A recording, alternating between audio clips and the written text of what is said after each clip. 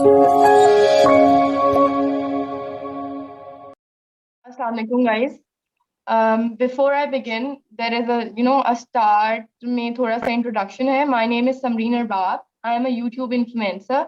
I think a lot of might you know about it, and I am a third year BDS student at Nashtar Medical University. Basically, it's the Institute of Dentistry, Multan. I have, done my FSC and metric from Sadiq Public School, mashallah, and I am a gold medalist there.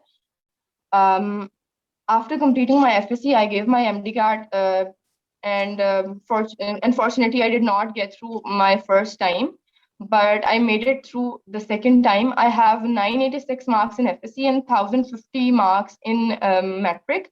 So basically, I did not have a lot of marks in FSC, and that is what encouraged most of people to listen to me that even if you do not have a lot of marks in FSC, you can even get through MDCAT with a lot of practice and determination. तो आज का जो मेरा topic है आप लोगों के साथ, that is as Habiba already told, that it is about time management and concept clearance.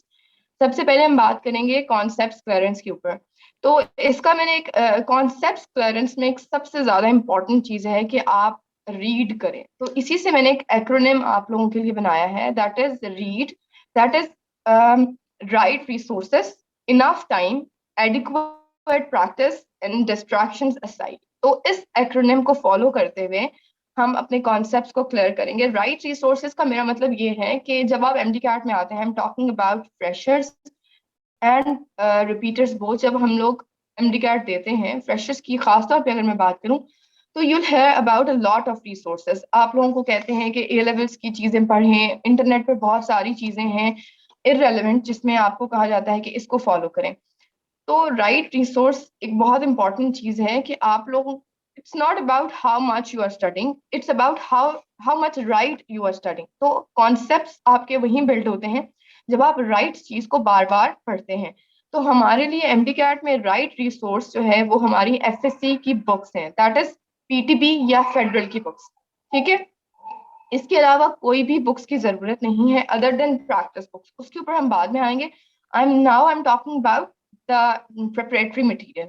तो उसमें आपके पास टेक्स्ट बुक्स होनी चाहिए जो हमारा मेन है. इसमें अब जैसे कि डॉक्टर तलहा ने पहले ही बता दिया है कि हमें फेडरल की बुक्स फॉलो करनी चाहिए या पंजाब की, तो I think so that is pretty clear. उन्होंने इस चीज पे बहुत फोकस किया कि बायो के लिए हमारे पास जो है वो PTB फॉलो कर लें, पंजाब टेक्स्ट बुक बोर्ड, और फेडरल जो केमिस्ट्री है, टॉपर्स ये सजेस्ट करते हैं, वो बात सही करें. मुझे भी बात, बहुत सारे टॉपर्स ने ये बात कही है कि जो केमिस्ट्री है उसमें जो हमारे पास फेडरल की बुक है, that was good, that was more helpful than PTB books. तो इस शायद हम इस चीज में डिटेल में बाद में बात करें, लेकिन जो मेरा यहाँ पॉइंट क्लियर करने की बात है कि आपने stick to the right resource.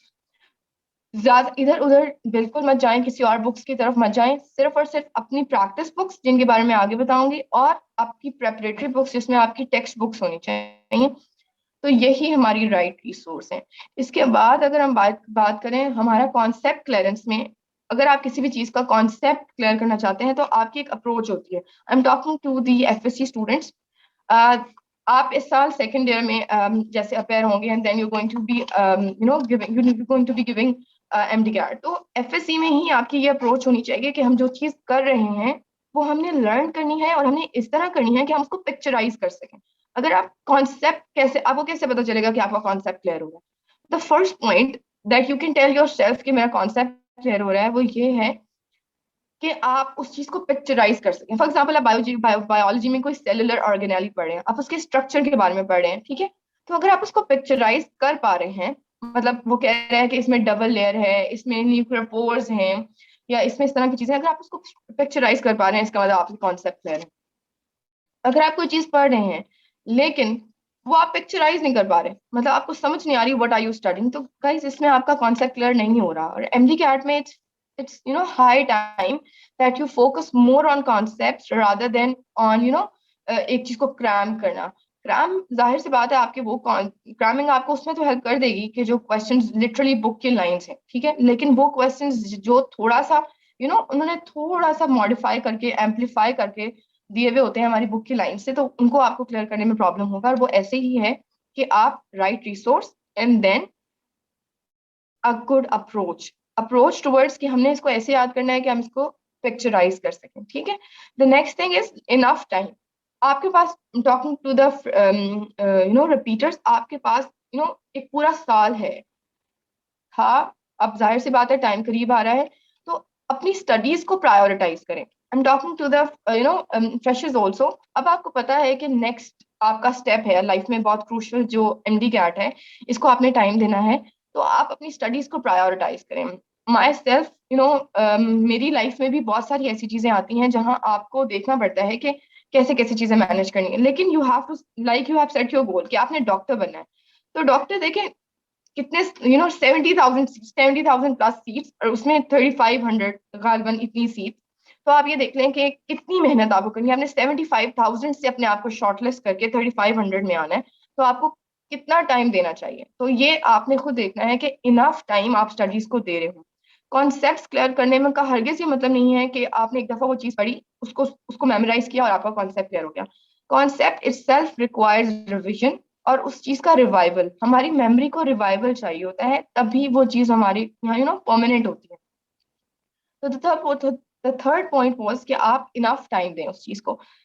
The fourth point is adequate practice, जो कि मैं आपको स्टार्ट में बता रही थी कि आपको कैसे पता चलेगा कि आपका कॉन्सेप्ट क्लियर हो गया जब तक आप प्रैक्टिस नहीं करेंगे। तो देखिए, प्रैक्टिस के लिए आपके पास दो सोल्यूशन है। या तो आप इन हाउस फिजिकल बुक्स, वो आप किसी भी एकेडमी के ले लें, या सेकेंडली एक बहुत रियल टाइम ऑप्शन है जिसमें आप अपने आप को रियल टाइम असेस कर सकते हैं, जैसे कि ताबिर एकेडमी का बहुत ऑप्शन है। इसमें आपको रियल टाइम वही आपको आपको बिल्कुल वैसा फेस टाइम प्रोवाइड किया जाता है। जब आप प्रैक्टिस कर रहे होते हैं, आपको 2 मिनट्स का टाइम दिया जाता है कि आपने इस टाइम में एक एमसीक्यू सॉल्व करना है। दैट इज वेरी क्लोज कि आपने, जब जाहिर सी बात है आपने उस चीज को अच्छी तरह याद किया होगा, आपका कॉन्सेप्ट क्लियर होगा, तो ही आप वो एमसीक्यू 2 मिनट्स में अटेम्प्ट कर सकें। तो जैसे कि आप कह रहे हो कि एडिक्वेट प्रैक्टिस का मतलब ये है कि जो चीज आपने पढ़ी, ठीक है, उसको लर्न किया, उसको मेमोराइज किया, उसको पिक्चराइज किया, अब नाउ इट्स टाइम कि आप अपने आप को असेस करें कि आपका कॉन्सेप्ट क्लियर है या नहीं है। तो इसमें ये जाहिर सी बात है, दो चीजें मैं आपको बार बार बता रही हूँ कि एक आपके पास बुक्स हैं और एक आपके पास ऑनलाइन प्लेटफॉर्म्स हैं। ऑनलाइन प्लेटफॉर्म में आपके पास ये लेवरेज है कि कहीं भी बैठे हों, किसी भी टाइम आप प्रैक्टिस कर सकते हैं और किसी भी टॉपिक के ऊपर। और दूसरा ये लेवरेज है कि आपके पास वही बिल्कुल इंटरफेस प्रोवाइड किया जाएगा जो आपको एग्जाम में प्रोवाइड किया जाएगा। तो जब आप प्रैक्टिस कर रहे हैं तो यहाँ आपकी दो तरह हेल्प हो रही है। एक तो आपका कॉन्सेप्ट असेस हो रहा है, और दूसरा तरह आप प्रिपेयर हो रहे हैं अबाउट कि आपने एग्जाम में कैसे वो चीज प्रेजेंट करनी है। ठीक है, दूसरी बात ये कि जब आप चीज प्रिपेयर करें, कॉन्सेप्ट्स में हर्डल सबसे बड़ी चीज है हमारे डिस्ट्रैक्शंस। अक्सर जब हम पढ़ते हैं तो हम इस चीज पर फोकस ही नहीं करते कि जो हमारी डिस्ट्रैक्शंस हैं हम उसकी वजह से कितना टाइम वेस्ट कर रहे हैं। ठीक है, तो कॉन्सेप्ट क्लियरेंस में एक हमारे पास जो नेक्स्ट चीज आ जाती है, हमारा एक्रोनिम का फोर्थ पार्ट है कि हमने डिस्ट्रैक्शंस असाइड करनी है। बीट एनीथिंग जो आपके दिमाग को ऑक्यूपाई कर रही है इज सम। कभी कभार हम एक चीज को पढ़ रहे होते हैं, फॉर एग्जाम्पल आप इंग्लिश पढ़ रहे हैं और आपका केमिस्ट्री का टेस्ट है, तो आप जाहिर सी बात है इंग्लिश पढ़ते रहेंगे लेकिन केमिस्ट्री आपको ऑक्यूपाई किए रखेगी। तो बेहतर ये है कि आप अपनी डिस्ट्रैक्शंस को पहले क्लियर आउट कर लें, ठीक है, उसके बाद पढ़ने बैठे, ताकि आप अफेक्टिवली थोड़े टाइम में उस चीज को कवर कर सकें, ना कि आपको टाइम ज्यादा लगे और वो चीज भी कवर ना हो। और डिस्ट्रैक्शंस को, जरूरी नहीं है कि आपकी डिस्ट्रैक्शंस, कभी कभार अननेसेसरी डिस्ट्रैक्शंस भी हमें ऑक्यूपाई किए रखती हैं और जिसकी वजह से हमारी पढ़ाई में बहुत प्रॉब्लम्स क्रिएट होती हैं। तो इस चीज के लिए मैं आपको यही सजेस्ट करूंगी कि जब आप डिटर्मिन होते हैं कि किसी भी चीज के बारे में, आपने गोल सेट किया हुआ होता है और आपने ये डिसाइड कर लिया होता है कि it is going to make or break my life. जाहिर सी बात है आपका कैरियर इस पर डिपेंड कर रहा है कि आप मतलब इसको कैसे लेके चल रहे हैं। आप एफएससी लेवल पर सोच रहे हैं कि अभी तो सिर्फ मैं 12th स्टैंडर्ड में हूँ, एफएससी कर रहा हूँ, कि how is it going to be affecting my career, या how is it going to be affecting my life. लेकिन आप ये देखें कि इस पे आपका प्रोफेशन डिपेंड कर रहा है, आपकी लाइफ के नेक्स्ट जाहिर सी बात है 5 इयर्स कि आप क्या पढ़ रहे हैं यही इसी चीज पर डिपेंड कर रहा है कि आप एफएससी में कैसा पढ़ते हैं, और उसके बाद आप क्या अर्न करेंगे ये भी इसी चीज पर डिपेंड कर रहा है, और आप कितने सक्सेसफुल हैं ये भी इसी चीज पर डिपेंड कर रहा है। तो ये सारी बातें मैं आपको इसलिए बता रही हूँ ताकि आप ज्यादा से ज्यादा डिटर्मिन हो सकें कि आपने पढ़ाई को मैक्सिमम टाइम देना है और ये क्वेश्चन मतलब आई फील हैप्पी कि ये क्वेश्चन मुझे दिया गया, क्योंकि ये बार बार बच्चे मुझे कहते हैं कि कॉन्सेप्ट्स कैसे क्लियर किए जाएं। तो इसको अगर हम थोड़ा सा दोबारा मैं समराइज करूं तो वो ऐसे ही है कि कॉन्सेप्ट्स का हरगिज ये मतलब नहीं है कि आप और मटेरियल से पढ़ना शुरू कर दें या जो स्मार्ट स्टडी मत करें। एमडी कैट में it's all about smart study, ठीक है। Use the right resource, give enough time, adequate practice करें, जो भी चीज पढ़ रहे हैं उसकी प्रैक्टिस बार बार करें और रिवाइज बार बार करें।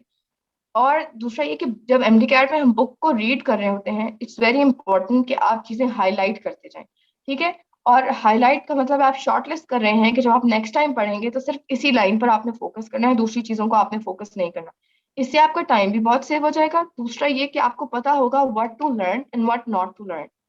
और कॉन्सेप्ट्स, ये बात बार बार मैं कह रही हूँ कि जो आपके एमडी कैट के पेपर में जो भी कॉन्सेप्ट रिलेटेड क्वेश्चन आने हैं, they are going to be from your syllabus. Don't think कि जो 2 से 3% आपके क्वेश्चंस होते हैं जो कि हार्डली 5 to 7 क्वेश्चन हैं, जो कि बहुत ज्यादा मुश्किल हैं, जो कि बिल्कुल ही जो आपके बुक की लाइंस हैं उनसे कॉन्सेप्ट निकाल कर दिए गई हैं, जो कि आपको मुश्किल लगती हैं। वो सारे क्वेश्चंस भी आपकी जो आप पढ़ रहे हैं, आपका सिलेबस है, उसी से ही इसको निकाल के, उसको एम्पलीफाई करके, उसको थोड़ा सा टेढ़ा करके वो देते हैं। तो जब आप अपना जो आपके पास प्रोवाइडेड रिसोर्स है, जाहिर सी बात है, एक ऐसी चीज है जो कि आपके पास है ही नहीं। अब आप ये देखें कि आप चाह रहे हैं कि मैं एमडी कैट के उन क्वेश्चंस की प्रैक्टिस करूं जो कि बुक से बाहर से आने हैं। अब आप ऐसे क्वेश्चन की प्रैक्टिस कैसे कर सकते हैं जो बुक से बाहर से आने हैं? लेकिन आप ये कर सकते हैं कि जो बुक है, जो सिलेबस है, उसको इतना अच्छा प्रिपेयर करें कि अगर कोई कॉन्सेप्चुअल क्वेश्चन थोड़ा सा डिस्टॉर्ट होके भी आ रहा है आपके बिल्कुल बुक से, तो आपका कॉन्सेप्ट इतना अच्छा हो, आपने लर्न इतना अच्छा किया हो, आपने पिक्चराइज इतना अच्छा किया हो कि आप उसको अटेम्प्ट कर सकें। The second question that was presented to me was कि टाइम कैसे मैनेज करना है। एमडी स्टूडेंट्स का एक डिलेमा है कि उनसे टाइम मैनेज नहीं होता, बिकॉज वो द मैं ये कहती हूँ कि it's all about the game of nerves. MD CAT is all about nerves, because अगर आप अपने नर्व्स को कंट्रोल नहीं करते तो सबसे पहले आप हड़बड़ी का शिकार हो जाते हैं। आपको पता नहीं होता कि आपने कौन सी बुक करनी है, आज कौन सा चैप्टर करना है, आज मैंने कितना पढ़ना है। ये सारी चीजें एट दी एंड जब आप सुबह उठते हैं यही सोच में लगे रहते हैं कि मैंने कैसे पढ़ना है, मैंने क्या पढ़ना है, मैंने कितना पढ़ना है, तो आप अपना आधा दिन वेस्ट कर देते हैं। तो guys, I am talking about from my personal experience, what do I what I use to do was कि जब मैं माई रूटीन वॉज कि सुबह 6 बजे अकेडमी होती थी, because in my time I use to go to physical academies. लेकिन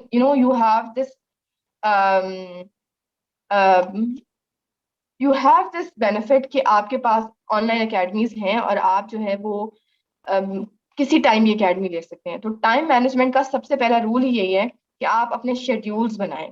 schedule कैसे बनाएं? जैसे कि डॉक्टर तल्हा ने भी कहा, I use to do the same, कि एक माइनर शेड्यूल होता था। I use to say this in my videos again and again. एक माइनर शेड्यूल होता है जिसमें आप ये बताते हैं कि आज के दिन मैंने क्या करना है, और एक मेजर शेड्यूल होता है जिसमें आप 30 to 40 डेज का शेड्यूल बनाते हैं।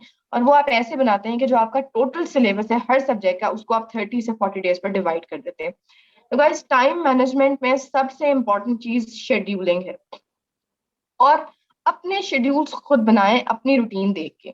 जब आप किसी से शेड्यूल बनवाते हैं या किसी का शेड्यूल फॉलो करते हैं तो you fail at it, because आपकी अपनी रूटीन है, आप अपने टाइम पर उठते हैं, आपका अपना खाने का टाइम है, आपका अपना नमाज का टाइम है, everything you do it on your time. So why don't you make your own on your own timetable according to your routine, so that is going to be successful. So this was all from my side regarding concept clearance and time management. I'm open to questions. Yes, Abiba, thank you so much. This is all from my side.